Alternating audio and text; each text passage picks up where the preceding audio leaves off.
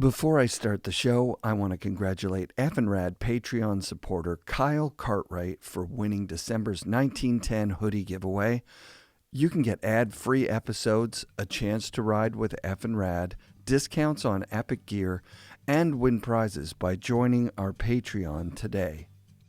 The FNRad Snowboard Podcast is presented by Skyview Campers. This game-changing tiny home camper is built by Never Summer in Denver, Colorado. Inspired by Frank Lloyd Wright's architecture, these 12-foot lightweight campers at just 1,500 pounds are a masterpiece in design.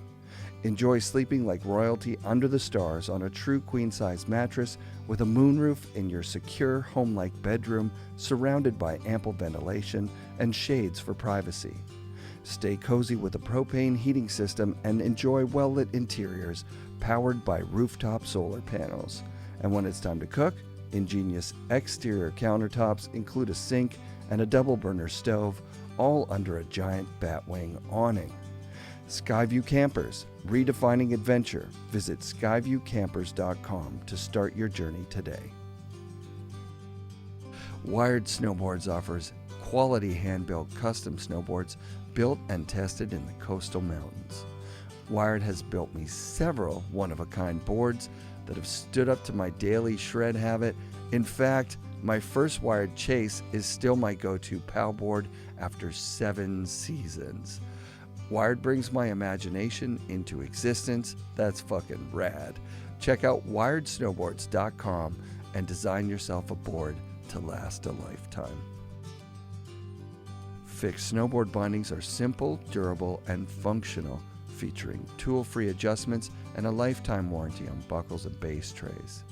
Fix makes bindings you can count on. Jason Bros created Fix after a Baldface trip where his bindings failed and he vowed to build the world something better. I've been riding Fix buckles for the last 3 seasons and they're still like brand new. He's on to something. Fix, snowboard bindings built better. Rip Curl outerwear is designed to search further in the snow, offering strength, durability, and all-around performance. Whether you're venturing into the backcountry or on the resort, Rip Curl outerwear's got you covered. With a team that includes Chris Rasman and DCP, you can be confident that Rip Curl prides itself on creating jackets and pants with technical features that will keep you comfortable on your search. For over 35 years, the Boardroom Snowboard Shop has been Vancouver's premier snowboard shop. Check out the Boardroom's unmatched selection of snowboards, bindings, boots, outerwear, and everything you need to shred. The Boardroom's passionate staff and performance guarantee ensures you'll love what you buy. And remember, the Boardroom ships to anywhere in North America, so go to boardroomshop.com or visit their stores in Vancouver and North Van. The Boardroom Snowboard Shop. Outlive your friends with New Green's turbocharged organic drink mix. New Green's is a great tasting 100% organic, vibrant green juice mix, and they include sprouted seeds that leave the food in its most natural, healthful, raw state for fast digestion and maximum health. Use code FNRAD at newgreens.com for 20% off your new daily breakfast routine. New Greens, my daily go-to. Stay tuned after the show for a chance to try New Greens for free. Support also comes from Mount Seymour, Grouse Mountain, Cypress Mountain, the Pro Standard GoPro accessories, and our friends at 1910. You can use code FNRAD at checkout for 20% off at 1910.com. I've set the intention that FNRad Season 9 will include a big focus on mental wellness, so I'm stoked to be partnering with The Haven on beautiful Gabriola Island. The Haven's 40 years of experience sharing knowledge about how to live more effectively as humans has helped many people. I just got back from a 5-day retreat, and I'd describe the experience as transformative. I know I've spoken a lot about psychedelic-assisted therapy, so I feel the need to say this was not that, and it was just awesome. The Haven has a full range of programs based on a foundation of radical honesty. Tap into your inner resources and liberate yourself from self-defeating patterns within the context of a group in it together helping to provide empathy, witnessing, and self-acceptance. Go to haven.ca for more program information and use FNRad 10 at checkout for a discount. Also, feel free to DM me your questions about the Haven. I'm stoked to report that by putting energy out into the world, listener Carl Montoya heard how much I'd love to go to Baldface. Oh, wow. We'll Amazing. get you in there, We'll figure it out. Yeah. I'll ask the listeners of the show. It is expensive. There's no doubt about it. And it's really hard to get in because it's an awesome experience. When you have your little window to get to a cat or heli spot, usually you're like, this really works. And you keep rebooking it and getting in there. So when his buddy Travis Snoop realized he couldn't make it to Nelson, Carl reached out to see if I wanted to go. And I went. A very special Baldface edit will be live soon, so watch for that. Thanks, Carl. Estelle Pensiero is a pro snowboarder for Arbor snowboards. She's also sponsored by Volcom, DB Bags, and Backcountry Access. Estelle's a shining example of the young generation of pro snowboarders. Growing up in Nelson, riding whitewater and Baldface, Estelle gravitated to riding like Jamie Lynn, who's a part of the Baldface family, and spent her childhood chasing the best snowboarders in the world through the Selkirks, which helped her become a world-traveling, business-savvy backcountry slayer. Estelle's riding has been featured in Volcom movies, most recently NewFangled Phenomenons, where she shreds Tahoe with Pat Moore, Brian Iguchi, Haley Langland, and Kevin Jones. I'm so stoked to bring you this interview with Estelle Pensiero. A 90. Board. Learn to Ride, I think it's called. Yeah, Burton Learn to Ride. Yeah, it was my board. It was my sister's board. She signed her name. Penny Pensiero. Aw. I think it's been the first board of a lot of people in Nelson. Yeah, we've passed that one around. Should hang it on the wall. Yeah, that's definitely a board hanger. Did we start already? We've started, so we'll use some of that. What was the first memory that you have of snowboarding? Because you were probably snowboarding before you even remember.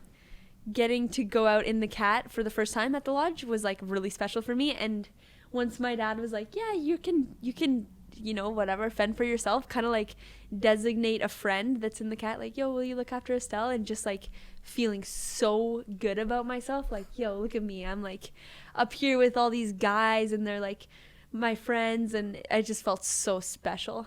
Oh, that's amazing. It's the best feeling. Yeah. So you've become a pretty celebrated freestyle snowboarder. You could say, maybe.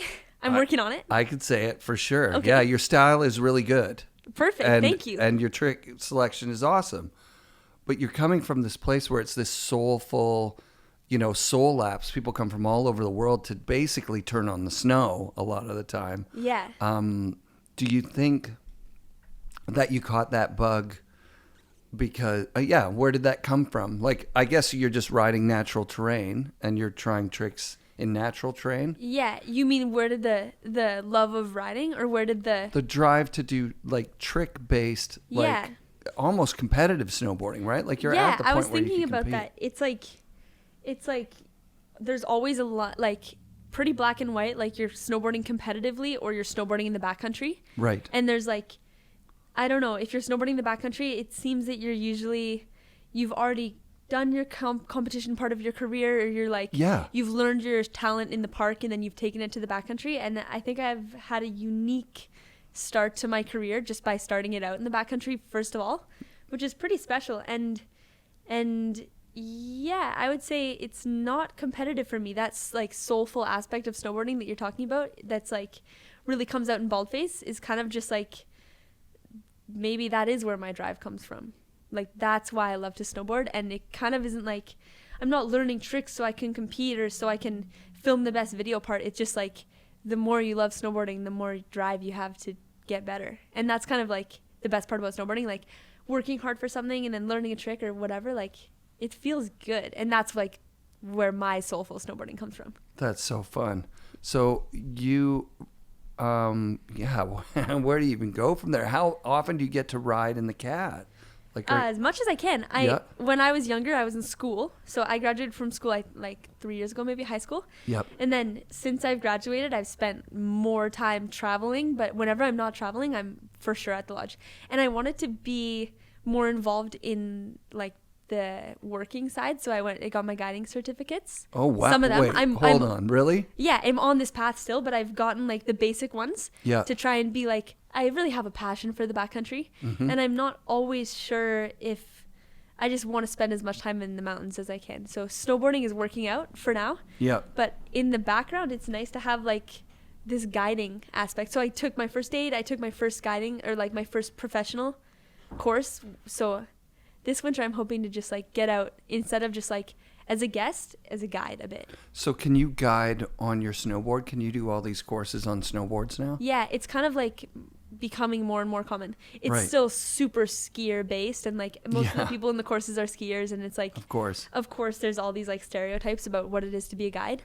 and the organizations that are running the courses are pretty like ski guide, Canadian ski guide and stuff like this is Yeah. like pretty skier based, but they're inclusive and they're stoked. Yeah. It's just like, I don't know. Do you have to ski and snowboard? Or are there still parts of it that you have to do on skis? Everything can be done on a snowboard.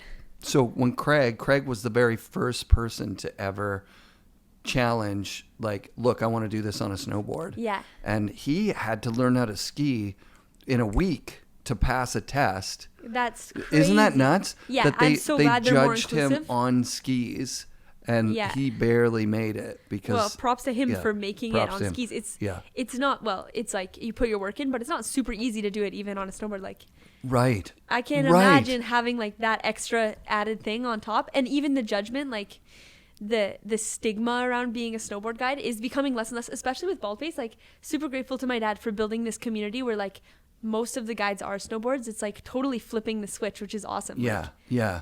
The experience is crazy. Have you ever gone to any other lodges? that's a good question. I've been to CMH in the summer.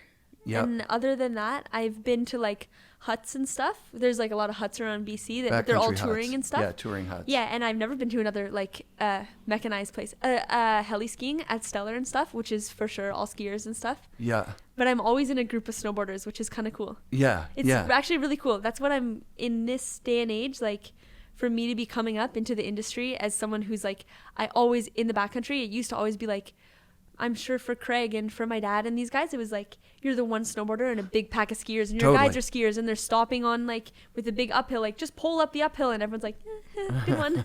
But we're like, now here I am, and I can be like, even a guide, a snowboard guide is like, it's awesome that those guys kind of like did the hard work, so now I get to ride in a group of snowboarders. Pioneered it. Yeah, Yeah. it's so incredible. It's awesome for all of us. Yeah, that and pretty they lucky had to that. reap the rewards of their Yeah. hard work. Yeah, your dad was the original snowboard lodge. Yeah, that's why it's so I'm, unique. I'm sure there's other ones around the world now that are catering more, Yeah, but he was the first, yeah, which for is sure. so sick.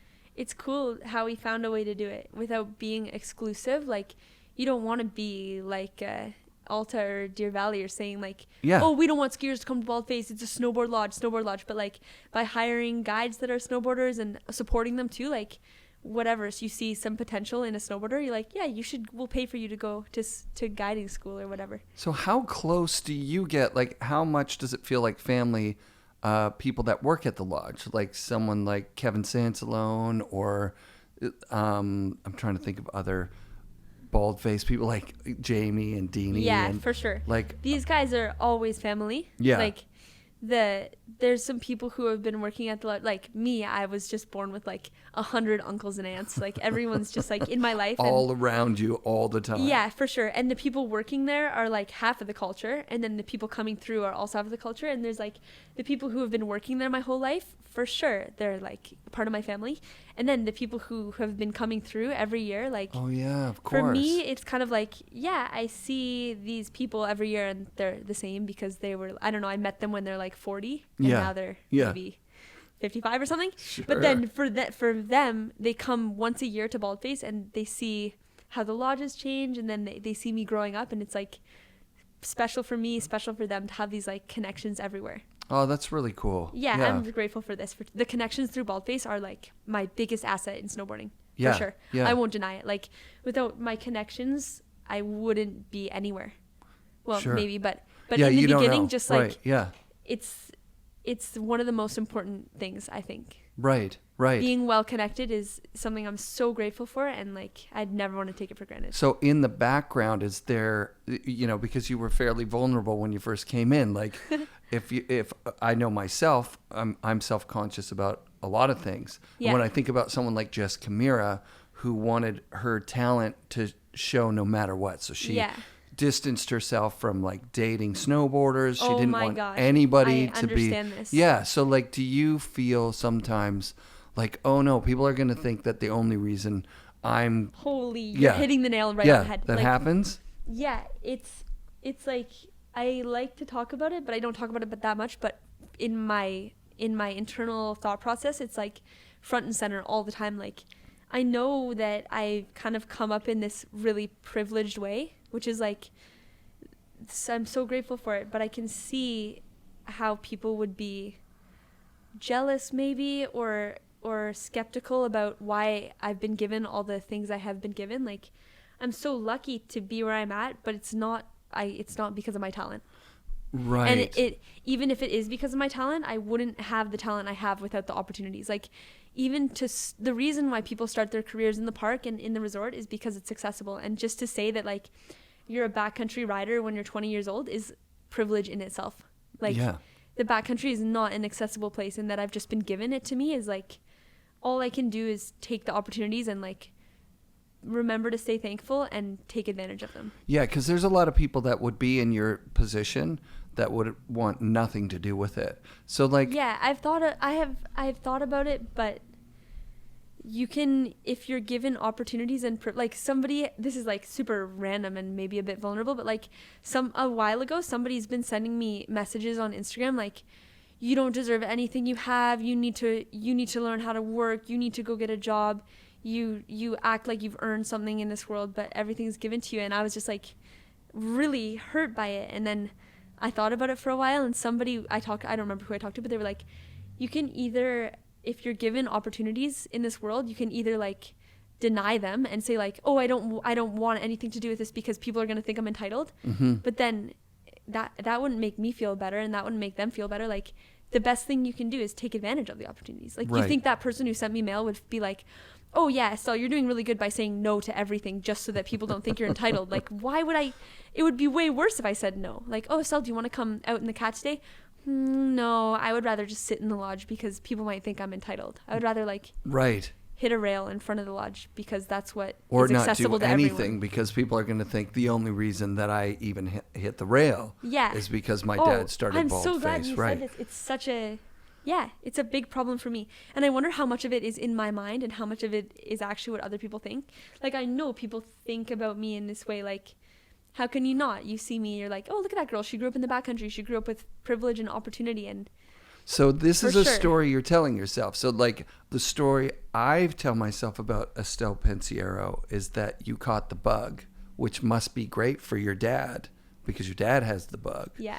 That it has nothing to do with, oh, she's this way because of her circumstances. Yeah. I'm like, how lucky for him. His daughter does the thing that he loves to do. So that opens up Holy Bowly. That opens up traveling to Japan and riding POW with your daughter.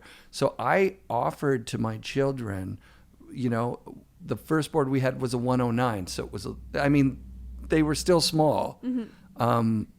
And the first powder day with both my kids, like riding under the lift, 2 feet of POW, falling, laughing, filming, getting clipped up. Like, it was such a heart warmer for me. Yeah. But over the course of their lifetime, as my son became more into, cars, and my daughter is a DJ and she's into other it's cool things, and that they didn't get the bug.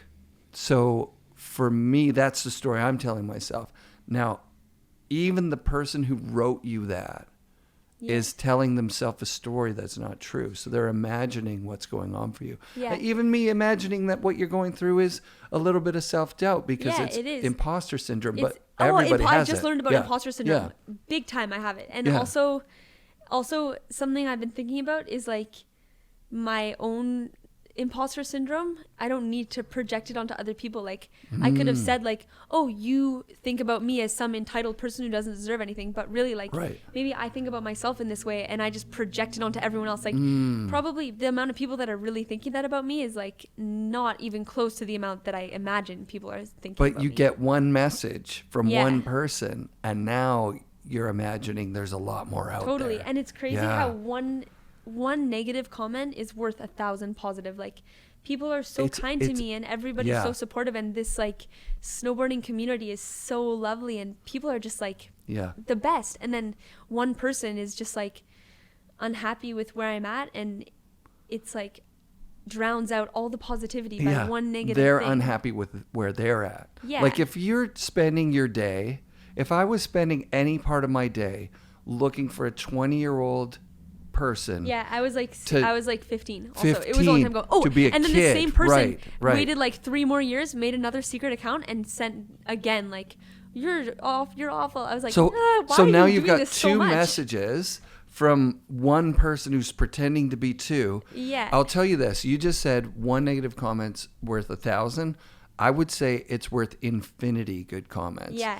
Because I at one point doing the show, I had to say, okay, I keep going back to these negative comments and reading them over and over it's again. so hard not to. And so I limited myself. I said, until I read all the good comments, of which I don't have enough time in my life to read all of those. Yeah. Which there's only a couple of hundred, but that's a lot. That is a lot. So I start and also, looking that's at good. them. A couple hundred people are super stoked on what you're doing. Right, exactly. So I'm reading those. I've told myself I can read the negative ones, but only after I've read all the positive ones. That's good Because practice. Who do I owe gratitude to? Like, should I be thanking this negative person for like finally opening up my eyes that I talk too much over the guests? Or should I be thanking all the people that are like, we loved that episode. That was so cool. Like, Exactly. I owe those people my gratitude, and I owe it to them to not obsess over this one person that's being a dick. And so from that, I've actually, as a 50-year-old, I can tell you that I've gotten to the point where the negative comments, I can even think of like a way of just diffusing that and saying, you're right, I do talk too much. Yeah. And I'm working on it. And also, sometimes guests are a little more timid than other guests, or the topics we're talking about are really uncomfortable. And so I start talking too much. Thank you for pointing it out. And so far to a person, they're like, oh, no big deal. Like. Yeah, or, oh, I was just having a bad day. And Right. and also to base your whole mindset and self-talk around one person who's having a bad day, it's not like they're like thinking about it for like months, like, oh, No, I can't wait to say something bad about this. And they then, might not even know that they did it 2 days later. and also the internet is a crazy thing. Like you can really feel anonymous. Like Yes. sometimes I wouldn't say bad things about people, but behind a screen, it feels way easier. Like if I had something bad to say about someone, like I would be like, I would never say, oh, you suck, this video is horrible, I hate your podcast. But Right. behind a screen, you'd be like, oh, nobody's gonna know it was me. Like Sure. I can just spew my negativity all over online because it's so anonymous and it doesn't feel real almost. I've definitely done some negative comments. Not like a troll, though. Yeah, me but too. I would just say, like in a space where you're upset, and then you're just like, I gotta get this out of me. Yeah, for Ugh. sure. Or someone who has like, I don't know. If somebody told me their opinion that I completely disagreed with in real life, I would be like, oh, wow, okay, I don't agree with you, but I respect your opinion. Yeah. Online, I'd be like, oh, this is so stupid. How can you be so dumb that you believe this stuff? Like, you really think the earth is flat? Like, you're an idiot. Wow. But I would be like, Yeah. oh, yeah, you think the earth is flat? Like, fair enough. You believe Right, that. You right. just are so unkind online. I am guilty of it. Yeah. You know what? We'll let that pass. Ambulance. Ambulance. Uh-oh. One of the things about because social media is naturally divisive. That's what it's doing. Yeah. Not because somebody's like, we should divide everybody, but because it's like we need to get engagement. And in order to get engagement, so much content we got to support. Yeah, we got to put out something that catches people's attention. And what catches your attention is like Nicholas Mueller saying that the Queen's eating babies, Something right? extreme, You're like, oh my God, yeah. that guy is off his nut. But really, he's the nicest dude. Yeah, he might be a victim to this like algorithm is crazy. I was listening to a podcast recently about like the YouTube algorithm, how it will show you like at first it was just you watch a video and the suggested videos are just like random, and then it was like you watch a video and all the suggested videos are related to the first one you saw.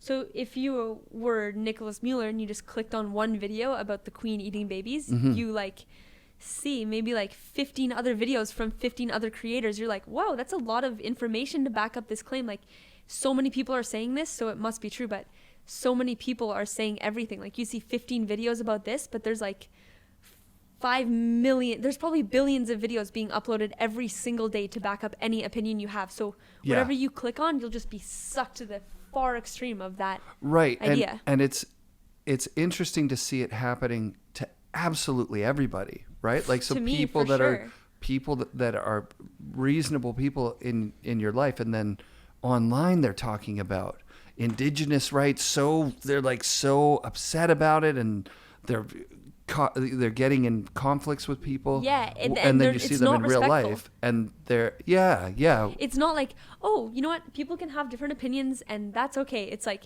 you don't agree with me, you're a monster, because and you're it's the a worst radical person opinion, ever. right? Yeah. And that's what social media is getting more traction towards. So there's a whole bunch of social media that's very, very positive. That's very inspiring and fun, and like seeing. I'm thinking of a post of you. What trick did you do? Was it a back 7 or something? It was not a back 7 if it was me. Really? No, I never did a back 7 in my life. Was it a cab 5? Would it have been a 5? Where was it? Probably not. It was off a pretty big jump, and it was really good style, and a bunch of the cool in the girls. park? It was not me. No, it wasn't in the park. It might have been in a backcountry hit or something. I don't know. I'll have to. Oh, you know what? I'm You'll sorry. Have to see. It probably you know wasn't who me. it was? I'm not doing back 7s. It was one of the Pelchak girls that did a 7. It was Juliet. It was Juliet with the 7. That was in the like backcountry. I yeah, in the backcountry. And best. Like, is that not like incredible? Oh like, my God. sorry, I'm mixing you up with her, but that style was like. But we can talk about Juliet. Unbelievable, right? Yeah. Like unbelievable. But I bet you. So now she's amazing. your friend. Now ask her, hey, like, do you ever worry that people think that your success is because your dad owns now and is friends with the yes people? For sure. And I bet she does, because it's just a natural way to live in the world. Yeah, and look at Juliet. Like, who would see that clip of her and say, like, me and you see that clip, and here we are talking about it's incredible, the style's so good, she's so amazing, and then puts it down just perfect. Yeah, and then somebody online would just look for something negative to say. Right. Oh, because you're dead, or something, right? And some people, anytime they see someone succeeding, they just want to, so you're exposed to that their success a bit. So you just came back from a cool session with your, and we don't have to divulge what you guys are talking about. We can divulge. Okay, I'll tell. I just came back from therapy, which I love therapy. I was like a bit skeptical at first. I don't know.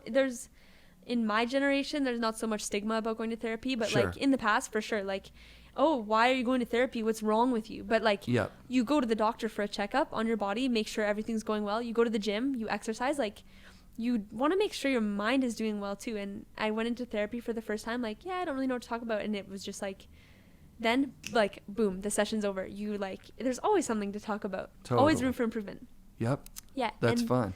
This time I kind of wanted to talk about my mindset going into this season, because I've been riding a bit and getting like super frustrated that I'm not at where I want to be with my stuff yet.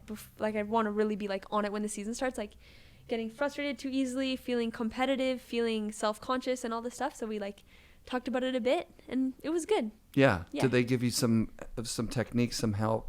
Yeah. Okay. Can I check my phone, because I wrote. Yeah. Bring it. This is cool. And my takeaways about snowboarding was I kind of talked about the competitive. I'm not like a super, sorry, one sec. Yeah, it's all good. I'm not a super competitive person, but Right. in snowboarding, there's always a bit of like, I don't know what it is with me. Like, of course, I'm happy to see other people succeeding, but when I see other people succeeding, there's a bit of like, oh, why am I not succeeding? Like, Oh, interesting. Almost jealousy, which I feel terrible. Like, I don't even want to say this. It's just like, No, that's vulnerable. what kind That's of cool. person feels like jealous when they see their friends succeeding? You should be happy. But anyways, she told me that the people that I feel most competitive about and the most jealous, I don't know, the people that I feel most threatened almost by, Sure. I should support them the most, because if you can learn to support these people, they will support you back and you won't feel bad about it. And like, the people that I can think of is like, there's this one girl who named Irie Smith. You maybe know her. She's from Whistler, and she's like the most supportive person ever. And she's like kind of doing the same thing as me. She's working to get her guiding certificates. She's spending a lot of time in the backcountry, and she is so supportive, and I don't feel competitive towards her at all. Cool. And the people that I do feel competitive towards are maybe the people that aren't as supportive. Mhm. So I was like, oh, well, maybe I need to just support people more. That's a great idea. So that's my new practice. Supporting them. If I start to feel competitive or jealous, I want to like reach out and be like, you're doing so good. And Yeah. it will take the bad feelings away. I've heard a few people talk on this. Peter Line, who put together the forum team, which is obviously before your time. Mm-hmm. But But a forum, yeah, I know. Epic team. He basically was looking for people that he was jealous of to put on the team, So sick. right? Because he It's knew, hard. like, this feeling I get watching these kids Yeah. is like jealous, competitive. Yeah. That's a good sign, because but then he's also an incredibly talented snowboarder, so Yeah. he's using that to be a competitive, talented business owner. Yeah. And Right. what we're saying is like a rising tide lifts all boats. Yeah, Like, of course. If someone's doing good, especially in like a bit of a more niche thing, whether it's like women's snowboarding or backcountry snowboarding or whatever, like someone's doing well, it's bringing the whole industry up. And you can, Oh yeah. it's not like there's scarcity of success. Right. Yeah. There's enough room. You're in for a different. everybody. Yeah, you're in a different time frame than, when we were coming up. There were limited. At first, there was unlimited resources. If Yeah. you wanted to be sponsored, you could basically just go to a company and say, "Hey, I'm really good," and they would probably. But give there was you also product. only one way to be sponsored. Like, That's right. You're winning contests and Correct. you're getting shots in a magazine. Yes. And no other way you're going to get sponsored. No Like, other way. You're right. not filming parts. Right. You're not filming backcountry parts. Like, it's pretty linear. And now Right. it's really like, you can be a total influencer and not even ride that much, and still people are watching you, and That's some you're getting crazy the word stuff. out there. That's crazy stuff, right? Like Yeah. influencers and just the image of snowboarding. Like, I see some people doing it really well. There's this Casey Willax guy. I really like what he's doing. But he's doing a lot of the things I don't like. Yeah. Like, board reviews or like, hey, you want to learn how to do 540s? Here's a couple for of sure. tricks. But the way he does it is really cool. Like, and he's giving back to the community. He's like, I want to make some money so that I can bring more people snowboarding. Like, cool. It's cool. But then there's influencers just for influence sake that I'm Yeah. like, But the other oh, good man, thing that's scary. about snowboarding is like, they're not super welcome. Like, it's not like an influencer who's just like influencing, not even riding, is gonna get sponsored by cool companies. right. It's no. pretty like, I don't know, if it's maybe like a club a bit. What did which you is good and bad. think of the Chloe Kim thing where she decided she was going to do like kind of a fashion magazine cover, and she was in a snowboard with like high heels and stuff? People were kind of getting Oh, upset I didn't about that. even check. Should Oh, I okay. check it? You didn't even see. It's so long ago. It's a couple of years ago. Yeah. Yeah. No. It's I've seen a couple of photos and ads run of Chloe Kim though that are like, she is so talented and she's like such an incredible athlete and snowboarder. yeah. But she's kind of marketed in some of these ads as more of a model and like Yeah. I Yeah. don't know. I think that the value doesn't come. Oh, I don't know. Yeah, I don't see, know. I think you're struggling with the same thing that I struggle with Shaun White, where he became such an uber celebrity that it was, I mean, it was easy to forget how impressive his snowboarding was. Yeah. Because his snowboarding is incredibly impressive. Yeah, for sure. And then it's also the person at the top. It's easier to kind of, be that troll. Go like, oh, he's totally. look at this Especially because guy. it's so distant from yourself. Easy for me to like look up there and be like, oh God, look at this person. They're just such a sellout. But it's like really, I would sell out for that contract. Sure, but and I've also heard about Chloe coming, and you don't have to speak on this at all, but Chloe going to Baldface with a group of the snowboard community, and her kind of being like, I'm not a part of that. You know what? They're like, come hit this jump. And she's like, not me. I'm going to do this other stuff. I don't know. To be honest, I don't know her that well. And I wasn't on that trip and stuff. Right. But also, when you're at the top, there's a lot of eyes on you. I can just, I don't know if this is true. I can't speak to anyone else's experience. But for her, I'm sure there's so many eyes on her, expecting her to do well and be the best. And when you're put in a situation where you might not be able to perform, like, I don't know how many backcountry jumps she's hit. And when she's put in this situation, everyone's like, oh, come on. And she's just expected to be this superstar all the time.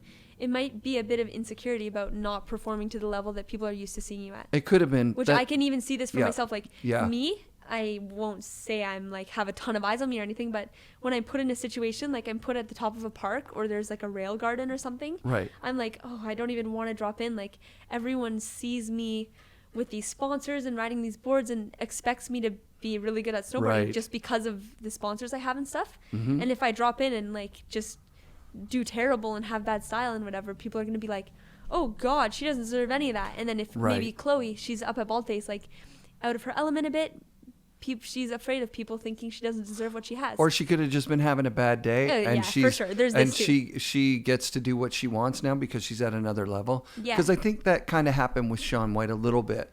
People have reached out to me and said, "Don't crap on Shaun White anymore," and I'm with them on it. Yeah. Because what kind of choices are you going to make if Red Bull comes and says, hey, let's make you your own half pipe so you can train and make up a trick that's never been done before. Yeah, for sure. It's like, what are you going to say? Oh, no, I want to ride with these other guys that I'm competing against for sure. to be cool. I'm more about the cool aspect. It's like people saying, if they were saying to me, like, oh, you have so many opportunities, you should just say no to them. You're so privileged. Yeah. And if my opportunities are riding at Baldface with a bunch of core people, great for me. But if Shaun White's opportunity is to have a private halfpipe built, like, you're not going to say no to great opportunities that come your way just because of what people are going to say. Like, you have to take advantage of the things that come to you.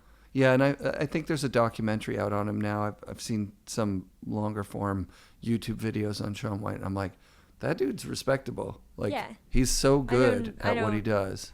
For sure. Yeah. He's just I don't want to talk shit. He's for sure, like, not in the culture, not that much in the industry, definitely doing his own thing. Because he's just above that. Like, that's what he's exposed to, in my opinion. My dad saying, oh, I really like Shaun White. I'm a huge fan. Okay, you should. Yeah, he is. I better see you in white space outerwear this year. Then. I would wear it if they said it to me. I'm a huge Shaun White fan. You hear that, Sean? You heard it here first. My dad's sponsored by White Space. I'm like a rebel. Right. That's an actual rebel to love. But pretty sick. To love the kind of the mainstream guy, you know. It's also like hard to be cool. Like, look at what that guy did. Are you kidding me? He's and also, so much. Shaun White is the shit. That's all I'm gonna say. I don't know how he treats people. I've never met the guy before. I met his brother once. He was awesome. Yep. And he was on Volcom forever. And like when Volcom was really like in their peak. And fucking Shaun White, look at him. He's killing me. He's like a awkward ginger kid with a heart condition. He's dating a supermodel, driving a Lamborghini around. Yep. He's got a fair special enough. on HBO. Like, come on, you kid. You made it. And also the other thing is, it's really easy to talk shit about skateboards. Holy moly, pro skateboarder. Okay, just have one thing to say.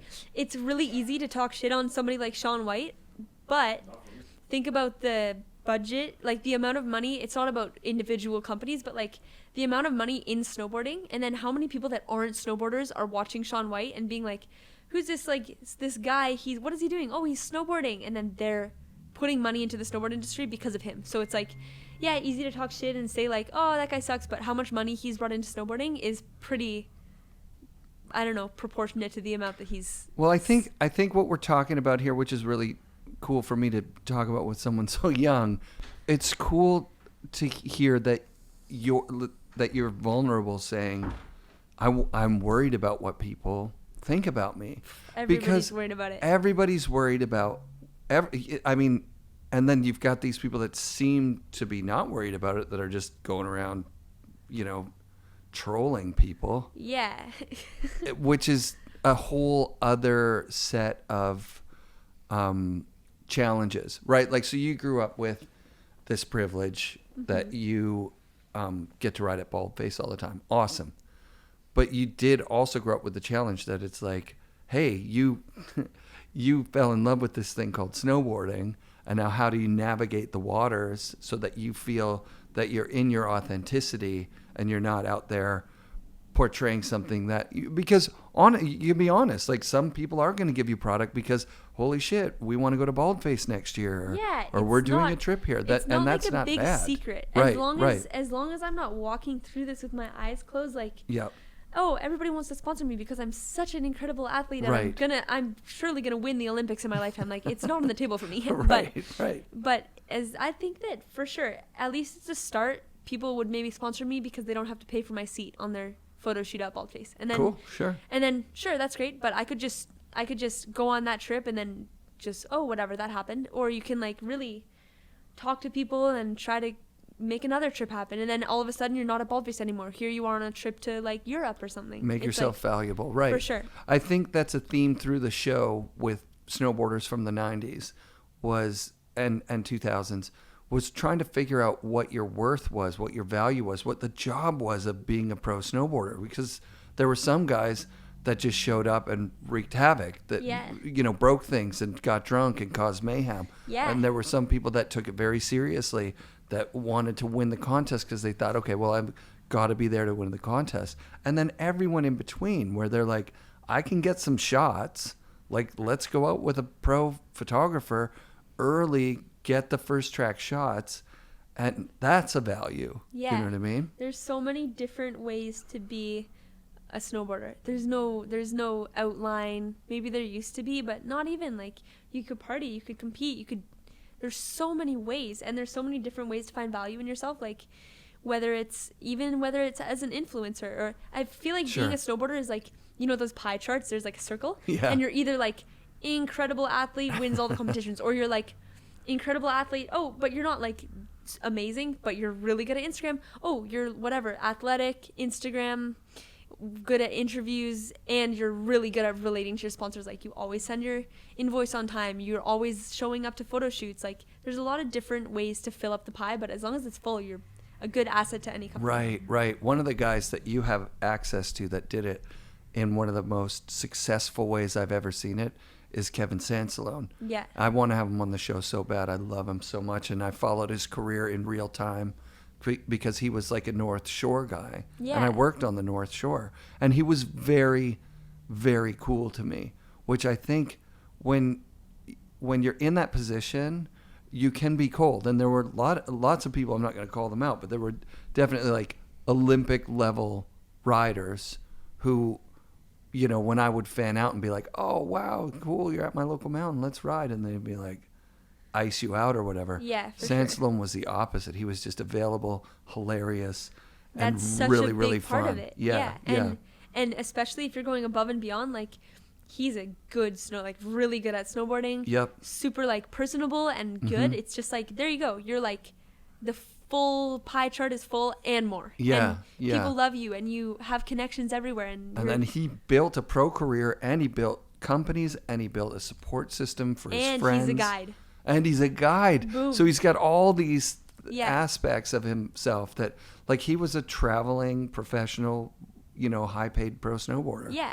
Then he built his community, making movies with his friends and offering opportunities to the up-and-comers. And then here he has created Sandbox, basically, and Totally. sold, like, he's done well for himself. And the other thing that why it's important to be well-rounded is, like, you can live in a bit of a delusion that you're going to be at the top of your game and you're going to be an athlete forever, but you kind of have like a certain amount of time before I don't know, you're not always going to be riding like you're 25 your entire life. That's true. And then as soon as that goes away and you're kind of like aging a bit, if you've only ever filled up your marketability with being an athlete, you're like, once you're not an athlete, what are you? You're nothing. There's so many Which is people that's a bit harsh to say, but you're not nothing. But not nothing, but people deal with it, and the post-career stress of having to work in a job where now you're not even a celebrity, you're the new guy that sucks. Yeah, for sure. And if I look at the people who I see that are older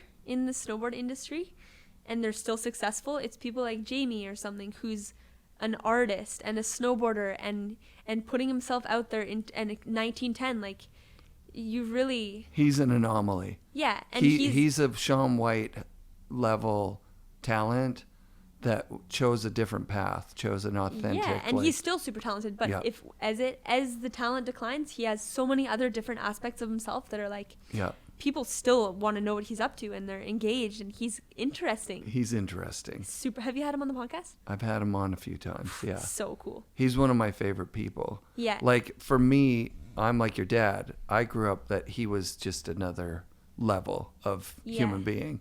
And he lived that life. Like, he authentically lived that life, whether it's on his motorcycle or painting or traveling around doing what he's done. Designing boots for Vans for so long and just he's snowboarding so well. He's really had an impact on snowboarding, I think. Yeah. You can see it everywhere. Like, even people who wouldn't know who he is that are still really into snowboarding, they're still impacted by what he's done and the 100%. things he's done for the community. Because just like Jerry Lopez, he's embodied the snowboard life, right? Yeah. Like, he's lived under the stairs, to snowboard. Yeah. Because at He's the end lived of the under day, the stairs at Baldface. Exactly. When I've been there. Yeah. Like, what are you doing? Oh, you're hanging your hammock in the stairs? Yeah. Yeah. You do it. Because, he authentically loves the snowboarding so much. Yeah. And the community and the lifestyle and getting to hang with all those people. Like, you see them light up when he's around, Yeah, right? Like, I would it's say Jamie. he's one of the most authentic people I know. And that his authentic self is someone who loves snowboarding just makes it that much more special. Now here's a cool thing that you can do as well. And it's just an old man giving you young Let's hear it. kid advice. Talk to Jamie about when he felt like an imposter, because he did. Yeah. He has. I mean, even with all that talent, even with everybody just loving this guy, I saw it in real time with him where we're up at the Baker Bank Slalom and we're taking a lap with him, and everyone in the group is just like hanging back to see what Jamie's going to do. What a pressure that must be. Right. For sure. It's insane. Like, oh my God, Jamie, pleasure to meet you. I've been waiting to meet you my whole life. Like, can we please do a lap? And then Yeah. like, It's like, hey, there's a huge kicker over here if you want to hit this, Oh Jim. my gosh. Here, let me, roll my phone. Okay, come hit you this can talk cold. to, like today at therapy, my therapist actually asked me, like, is there anybody, a snowboarder that you look up to that really, it seems like they don't struggle with what other you people go. think? That's and it. the person who I thought of first was Jamie, and That's I it. told her, like, yeah, Jamie's like a really good he's like my family, and it seems to me like he just doesn't struggle with it at all. And she was like, okay, well, why do you think that Jamie doesn't struggle? I don't know if this is true or not, but why do you think Jamie doesn't struggle with this imposter syndrome and caring so much about what other people think? And it seemed like, I don't know if it's true, but Jamie just sees people as people. Like, it's not like he would see someone as a snowboarder and be like, oh, look at that, another snowboarder, like they're threatening me and they're doing the same thing as me. He's like, oh, look at that, just another person, like a friend, not like this scary entity that's coming to take away your success. It's just like another friend, and he's really good at seeing people as people. Yeah, he's very present. Yeah, when he's very with people. present. Ask him about imposter syndrome around the art stuff, because I think that he may have had that. That's a story I'm telling myself. That I keep using that language because all this stuff is just me imagining shit, right? Like, I imagine what it's like to be you, or how you're thinking, or what it's like to be him, how he's thinking. Yeah, I know. It's just imagining. I've had a couple conversations with him about this, actually, which I totally forgot. the snowboarding, it seems like it's hard to have imposter syndrome when you've shaped snowboarding. You're not an imposter. Like, there's no way that Jamie's any kind of imposter. But with art, I've had a couple conversations with him. And as his style changes over time, and once you've kind of created this foundation for how you expect people to see you and the art they're expecting him to make or something, or the way anyone's expecting anyone else to ride, like, you kind of have a expectation you have to fill. So check this out. Imagine you're in an artist space and you're thinking, oh my God, all these other artists are like legit, authentic artists. Yeah. But I got this opportunity because I made art on snowboards, and now the snowboard community likes my art, and some troll comes out and says, you're no good. You're not a part of this art community. Like, I'm sure that would really devastate him. Same thing, right? And everyone, especially like, nobody really, well, maybe some people, but I would never run into something headfirst like, yes, I'm here. Look at me. I'm an artist. I'm incredible. I would be like a bit like tentative, like, oh, is it okay? Am I welcome in this community? And if you're already like a bit guarded and like scared if people are going to accept you, and somebody comes in and says like, oh, look at this guy, he's so bad, like, you're not an artist, or to me, you're not a snowboarder, like, it's like, oh God, okay, I was already a bit scared, and all I wanted, like, the support in the beginning is the most important support. That's why it's important for somebody who's higher up, like Jamie has always supported me, like, unconditionally, that's the best thing. Like, he can kind of maybe see a bit like, oh, you know, you're maybe having a bit of imposter syndrome, I want to welcome you into this industry and make you feel accepted. And so you're 20 now. That first comment when you're 15, you can kind of see it down the road a little bit differently, right? Like, and maybe by the time you're 25, somebody says a comment like that, and you can reply like, oh my God, you're never going to meet anyone more privileged than me. Like, I'm so lucky that I got all this stuff. For sure. And I'm so happy when I get anything from any company, because I'm just out there loving snowboarding, as opposed to being like, oh, damn, you're right. Like, oh, you're saying what everybody's thinking. Like, I knew it. So, people are out there thinking this stuff. It's just a different take on, you know, the same experience. And honestly, now that I'm 50, I'm like, I love having experiences that make me sweat, that like give me a lump in my throat, because it means that there's some learning going on. There's something important about that. It's not just a day-to-day, oh, hey, it's that FNRad guy. Way to go, dude. Like, for sure. And something you really care about, too. It means there's it's something there you care about. It's going to affect you emotionally. Yes. You've put a lot of time, and like, you put a lot of time into this podcast, and sure. And everyone's put a lot of time into snowboarding, and that's why it's so emotional when somebody, it's like, imagine if you spent like a year painting a masterpiece and someone was like, oh, that sucks, and left. Like, that hurts for sure. To have someone just like shit all over something you've really like put some time into. Also, you didn't get to choose, your generation seems to me didn't get to choose this social media, everything you do is on social media thing. Yeah, everyone wishes it wasn't. Every one of my friends or people my age, like, pretty sure if you talk to people, I don't know how many people around my age you've talked to on this podcast, but I think everybody would prefer to live in a place where social media didn't exist. Right. Because the inspiration and the good is almost not worth the bad. Even me, like, if I looked at my Instagram, I would be like, holy shit, this girl's life is insane. Like, look at her. She just rides. The snow is always amazing. The friends are always amazing. Everything is always great. But what kind of person's going to post, like, and if you are the person posting, like, hey, everyone, I'm actually doing really bad. Let me write you 10 paragraphs about how bad I'm doing. It's like, oh, God, it's a bit of a downer. And and you don't know what to do, because it's like, you're like, oh my God, what am I going to comment? Like, I'm there for you. It's just like, it's like, wow, it's or it's like unusual to see someone posting their bad moments as well as their good moments on Instagram. So every part of it is weird. Because you see the good moments, you get like, are they really that good? And you see the good moments, you're like, oh, that person's life is so good. Why am I not riding excellent snow all the time? Right. And you see someone posting the bad moments, you're like, ooh, stop oversharing. But in reality, you're like, mute. Yeah, in reality, you're like, it's a bit refreshing for sure, but also like oversharing the good, oversharing the bad. It's just like, we have to do it as a snowboarder now almost. Sure. But it was nice growing up. Like, when I was your age, nobody had a cell phone. I don't bet. think they really existed. There was no social media until I had kids and I was older. Yeah. And so you only became a kind of celebrity snowboarder in very, very specific conditions. Yeah. You were in like a great movie. And there I was think only you a had to couple. have way more opportunities too. Like Mm-hmm. you had to have the opportunity to get in front of a camera. Mhm. But now here you are with the opportunity every day to get in front of a camera, Right. and you can just be like some random kid with no connections at all, but your friend gets a really good clip of you and you have eyes on you already. Totally. That's the good part about social media. It makes it more accessible to become. It's dumbed it down though too. It's made it so that the stuff that the top tier guys are putting out a lot of the time is better than, baseline, but it's not the craziest, gnarliest thing that's ever happened. And we're flooded with so much So content much. every day that it's like Yeah. somebody could put like their entire season into like an edit that you would see an ad for it on Instagram, and you're like, Yeah. oh nice, next, oh next, Yeah. and it doesn't get the time and appreciation it used to. There's for so sure. much of it. That's why, is that there's so much of it. Right. And then our feeds are personal.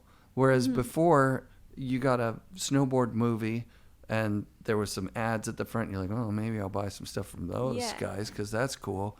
And then when you were talking with your friends about it, you all saw the same movie.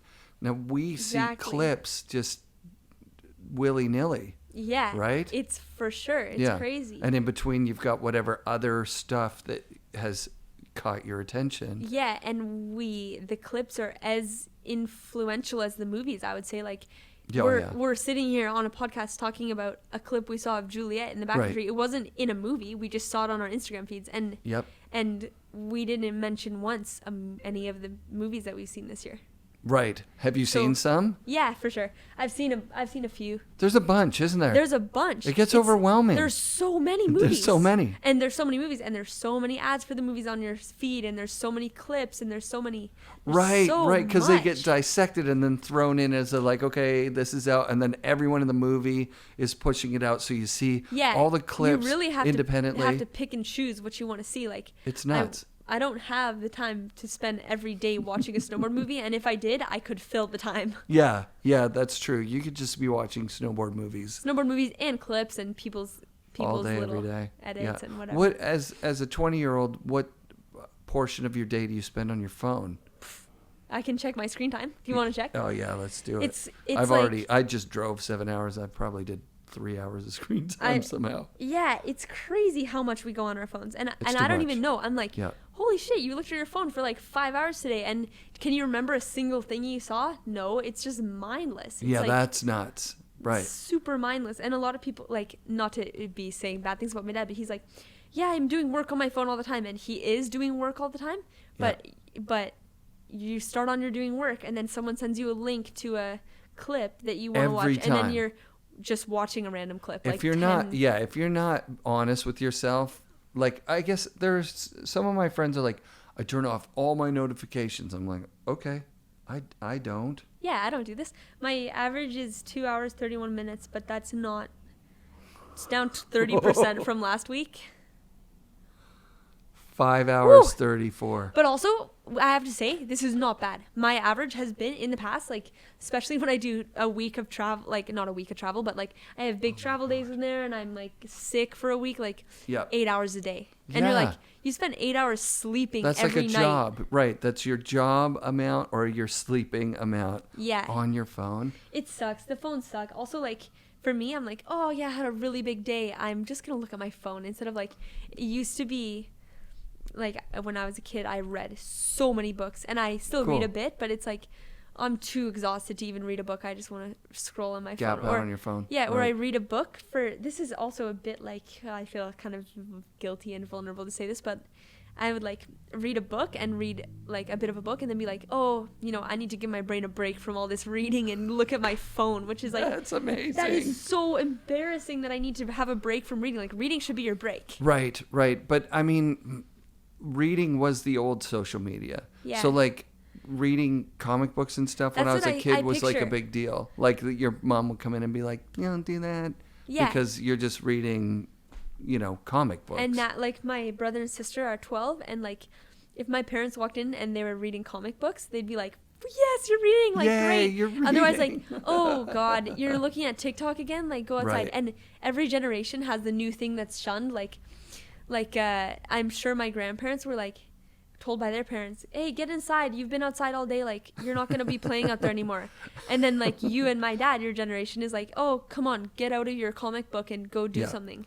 And then my Stop generation, watching TV. yeah, it's like, get off your phone and read a book. Your phone, right? It's like and read a book, right.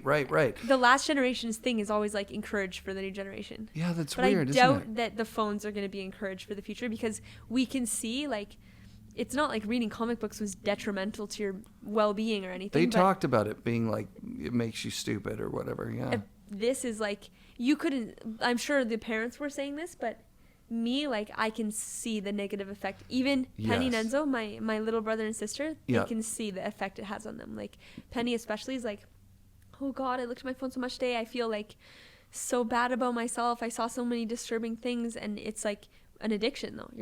She's not gonna stop. That's the hardest part about the phone talk, is that it's literally an addiction. Yeah, it is an addiction. I have this addiction. Oh, me too. I'm like, oh, I have to go to the bathroom so bad. Like, fuck, I have to go so bad. But I have to find my phone urgently before I go to the toilet, because, like, I can't sit on there and look at the wall. I cannot bear to read the National Geographic on the back. Like, did this I have to look today. at my phone. Yeah, I did this today. Was like, I gotta go, but where's my phone? Yeah, I can't you're be like sitting there so for stressed out, like, a half a second. It's so urgent. I remember standing in lines at like a bank or at the grocery store and going, I'm not going to pull out my phone, because that's just an addiction. Like, Yeah. I can just stand in a line like Exactly. I used to, and then you're like, God damn it, this I know, line is so it's so long, weird. though." We don't have a speck of boredom in No, our lives anymore. that's the crazy Everything part. is just stimulation 24/7. Right. And the other thing is, like, the connection with other people. Your phone can be an avenue to connection, but it's not really face to face. And every time I'm sitting in like a waiting room or something, everyone's just on their phone. Where, like, I'm sure I never lived this reality, but before phones existed, like, people are reading, or you would just like be so bored you would talk to someone, but nobody ever gets that You bored didn't anymore. really talk to each other. I'll You be didn't. honest. No, like on a bus. I feel like an the idiot guy to who make was, this assumption. No, that's fine. A guy who talked on the bus was like mentally ill. Everybody kind of just stood and looked out the window and did their. I'm sure it people was thought weird. a lot more. I think I would think a lot more. Yeah, maybe. I do a couple, like, sometimes I go to huts or go on camping trips or backpacking and stuff, and it's like, the things I think about on those trips are like, I wish I could think like this all the time, and the clarity you have is like Connecting with nature, that kind of stuff as well. Yeah, and even just not having like my phone, or if I didn't have my phone, watching TV, or if I wasn't watching TV, going out and partying with my friends, or whatever it is. Like, just to have stillness in your life is important. Well, And hard to force yourself.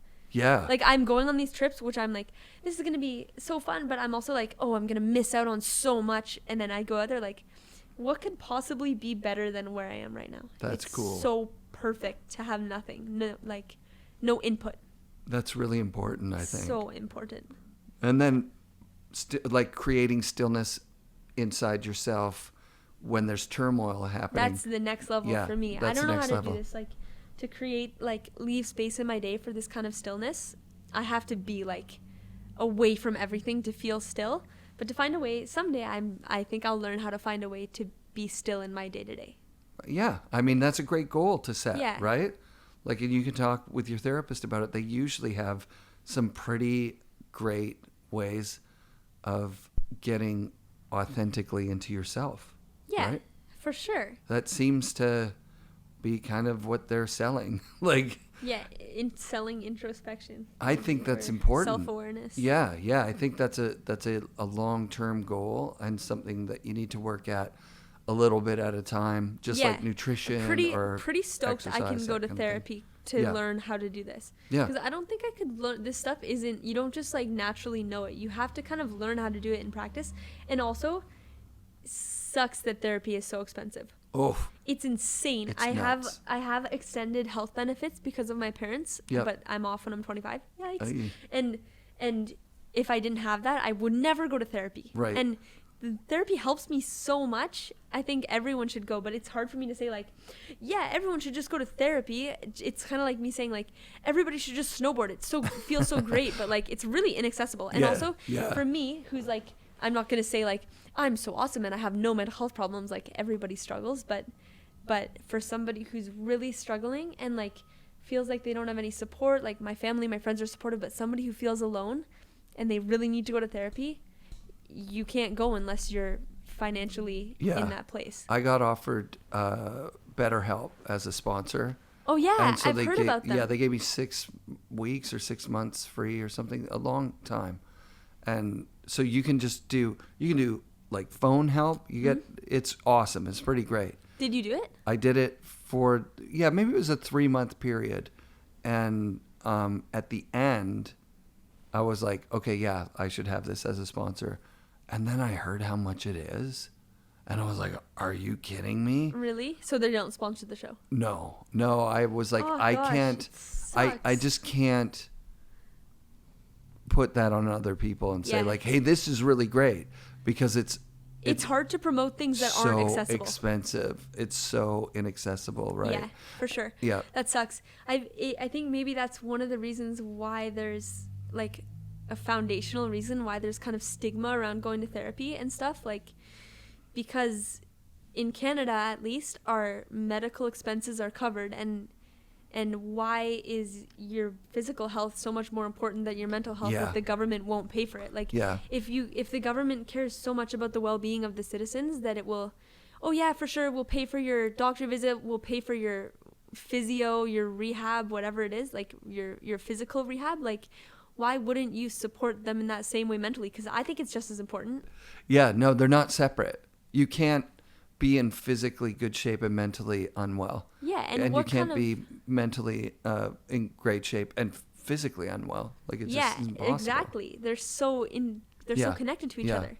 Yeah, because you're a complete individual, right? Yeah, exactly. You're not just a physical body, and you're not just an emotional, mental thing. Totally. It sucks that you have to I don't know, like really have something bad happen to you, like you're gonna try to kill yourself or something before you can get help anyways, right? Because you can't afford it. Like if you're feeling like you're gonna kill yourself and your only option is to go broke or to just feel like to die, what is this world? It's horrible. So now we have more information about like mental wellness and how important it is to put, have that integrated into a social health system.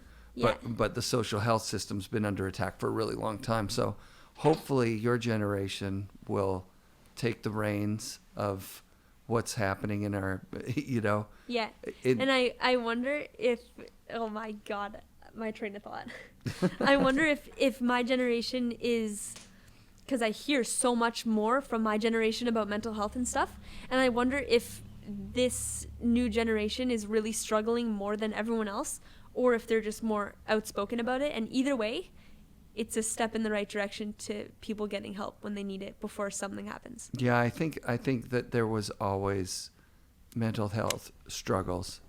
I just don't think that it was so stigmatized that you wouldn't bring it up. Yeah, the more people talk about it, the less stigmatized it becomes, but also the more I think this is kind of an unpopular opinion, but I see so much about people talking about their mental health on social media that I think people are kind of like self-diagnosing, and it's almost like, oh, you don't struggle, like, well, you're not relatable and you're not deep. Right. And so people are kind of like, I'm really depressed, like I really need like all this support, and then I would really feel bad and be like, oh, I don't want to say anything because everyone's just going to think I'm asking for attention. Right. Yeah, no, it's so there's a couple of things there. Number one, the worst thing that's ever happened to you is the worst thing that's ever happened to you. Yeah. Right? Like, so somebody might be like, I'm so depressed. My parents didn't get me an iPhone 7. Yeah. And they're horrible idiots. And someone else is like, I'm so depressed I don't have any parents. Yeah, exactly. Right? And I'm really struggling to find my support system. And but also we can't demerit the person whose feelings are depression of not getting their new iPhone, because that's just like perpetuating people getting imposter syndrome. Like, look at you, you're not, like, even to me, like, look at you, you're going to therapy and you don't even have anything wrong with you. Like, look at you, nothing bad ever happened to you. You live this perfect life, and Right. here you are complaining, finding something to complain about, and you're like, oh God, I'm never going to complain again. Like, Right. yeah, the worst thing that's happened to you is the worst thing that's happened to you. That's and it. Yeah. it's all a scale. It's difficult. And your generation is fascinating to me. You're exactly my son's age, actually.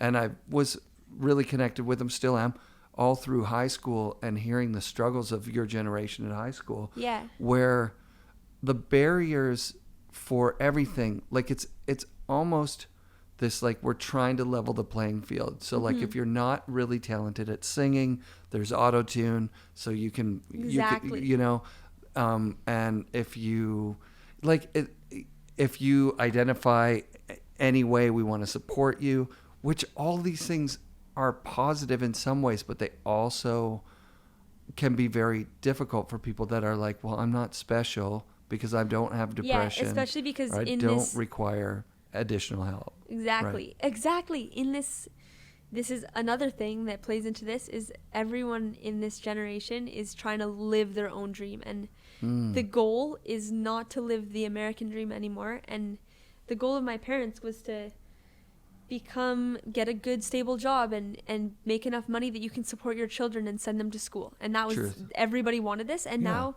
the goal, and what's even being pushed a bit, is like, you have to live your own dream, and you have to figure out what your passion is and follow it to the end of the road and be a unicorn. And then when somebody's just like, oh, well, I don't know what I want, you're just like, okay, well, you're just a normie. Right. And feeling normal is like shamed almost in this generation. Interesting. It's That's not it. like, right. It's a bad word to be like. yeah, a like in normie. your generation, it was like, you want to fit in and you want to be part of a group and you want to be normal. Black sheep being outside of the and now norm the was black like a sheep challenge. is like celebrated, and you want to be this, like, wow, look at what that person's doing. They're so unique. You just want to be unique. And if you're not unique, you're kind of just like, you're a normie. I was talking about this with my older friends yesterday, just about how, you know, being a skateboarder in the 80s was like a stamp, like you're outside the norm. Yeah. Right? Which on some level was scary, but on another level, it gave you this closeness with this community that was really, really cool. Yeah, super It felt cool. really cool. But now, you just articulated it better than I did yesterday. I was like, how do you rebel against anything? Exactly. That's like a total struggle of people now. Like, when everybody is trying to be unique, everybody's unique in their own way, and we have like a super rich society. But if your goal is to be unique, it's not going to happen. It's cool for me to get to talk to someone that's the age of my kids. Yeah, you know? for sure. It was a pleasure. And to meet somebody that it's obvious to me that your parents are on the right path. Are Thanks. they on the right path with your siblings? You think they're doing good? I would say yes. Those guys are awesome. Yeah. You love your brothers and sisters. I love them. My whole Your brother family. and sisters, I love yeah. my family. Oh, that's awesome. Yeah, one brother, two sisters. Yes. Yeah. Amazing. Yeah. Awesome. Thank you. Thank you for doing the show. so much for having me. It was such a pleasure. I really pressed record this time. Thank God. FNRad shoutouts this week to Estelle Pensiero and the entire Baldface family. What a trip. Special thanks to Carl Montoya, Ashley, Ian, Sheldon, Joel, and Walt. That was the crew. They were incredible, and the snow was all time. Join the Patreon to support the show.